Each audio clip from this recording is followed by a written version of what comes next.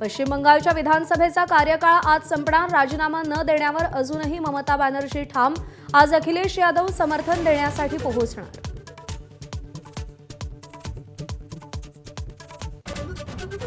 तामिळनाडूतल्या सत्ता स्थापनेसंबंधी मोठी घडामोड. अण्णा द्रमुकच्या 47 पैकी 28 आमदारांना पुद्दुचेरीला नेलं.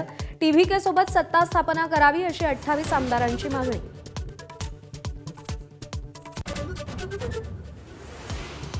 केरळमध्ये सरकार बनवण्याच्या हालचाली वाढल्या. आज सकाळी 10:30 वाजता विधिमंडळाची बैठक. मुख्यमंत्रीपदाच्या शर्यतीत रमेश चेन्निथलांचं नाव आघाडीवर.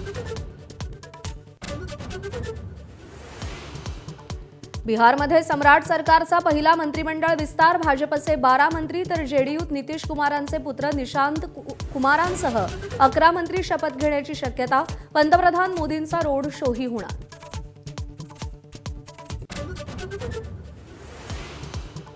पुण्यातल्या दौंडमध्ये वडिलांकडूनच 9 वर्षांच्या मुलीची निर्घृण हत्या. तिसरीच्या परीक्षेत दुसऱ्या क्रमांकानं पास झाली म्हणून हत्या. वडिलांच्या भीतीनं मार्कशीटमध्ये केली होती खाडाखोड.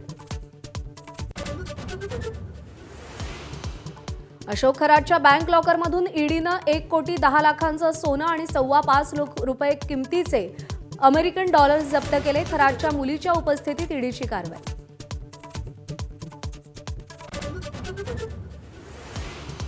पाकिस्तानला धडा शिकवण्यासाठी भारतानं सुरू केलेल्या ऑपरेशन सिंदूरला आज 1 वर्ष पूर्ण. दहशतवाद्यांना पाठबळ देणारे पाकमधील लष्करी तळ उद्ध्वस्त केले होते.